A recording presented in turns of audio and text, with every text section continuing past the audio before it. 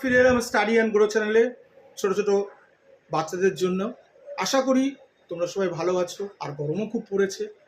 একটু চেষ্টা করবে নিজেদেরকে ঠিক রাখার জন্য, আর হ্যাঁ, পড়াশোনাটা কিন্তু মনোযোগ দিয়ে করবে। আর বিশেষ করে সে সমস্ত বাচ্চাদের জন্য আমার এই অনুরোধ, একটা রিকোয়েস্ট, যে ম্যাথসটা তোমরা চেষ্টা করো রেগুলার একটু করে করতে, প্র্যাকটিস। অন্তত 10টা করে সাম তোমরা রোজ করবে, দেখবে ম্যাথসটাও তোমাদের একসময় অন্যান্য সাবজেক্টের মতো প্রিয় হয়ে দাঁড়াবে।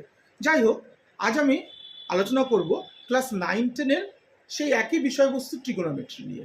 দেখো, ক্লাস 9-এর বাচ্চাদের জন্য বলি যে ট্রিগোনোমেট্রি করতে গেলে আমরা দুটো চারটে ছোট ছোট ভুল করে থাকি, যে ভুলগুলোর জন্য পরীক্ষায় অনেকটা নাম্বারই ডিডাক্ট হয়ে যায়। ধরো আমি লিখছি এখানে সাইন স্কোয়ার থিটা।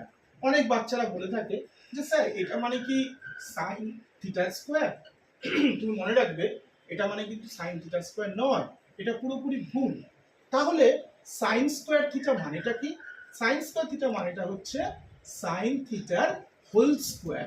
এই কনসেপ্টটা কিন্তু অনেকের ক্ষেত্রেই ভুল থাকে। তা আশা করি এই কনসেপ্টটা তোমাদের ক্লিয়ার হয়েছে, যে কখনো যদি সাইন স্কোয়ার থিটা থাকে তাহলে অতি অবশ্যই সেটা কিন্তু হোল স্কোয়ারে কনভার্ট হবে, কখনোই তোমরা সাইন থিটা স্কোয়ার লিখবে না। আর হ্যাঁ, যদি কোনো জায়গায় তোমরা দেখো সাইন থিটা স্কোয়ার থাকে, ওটাও তোমরা ভুল করে সাইন থিটা স্কোয়ার লিখো না। তোমরা লিখবে কি তাহলে? সাইন থিটার whole square equals to sine square theta. এই পদ্ধতি যদি তোমরা ফলো করো তাহলে কোনো রকম ভাবে তোমাদের কনসেপ্টে ভুল থাকবে না, আর পরীক্ষাগারেও সামগুলো তোমরা ইজিলি নামাতে পারবে। আশা করি এই ছোট্ট টিপসটা তোমাদের ভালো লেগেছে। যদি কোনো প্রবলেম থাকে তোমরা কমেন্ট বক্সে আমাকে জানিও।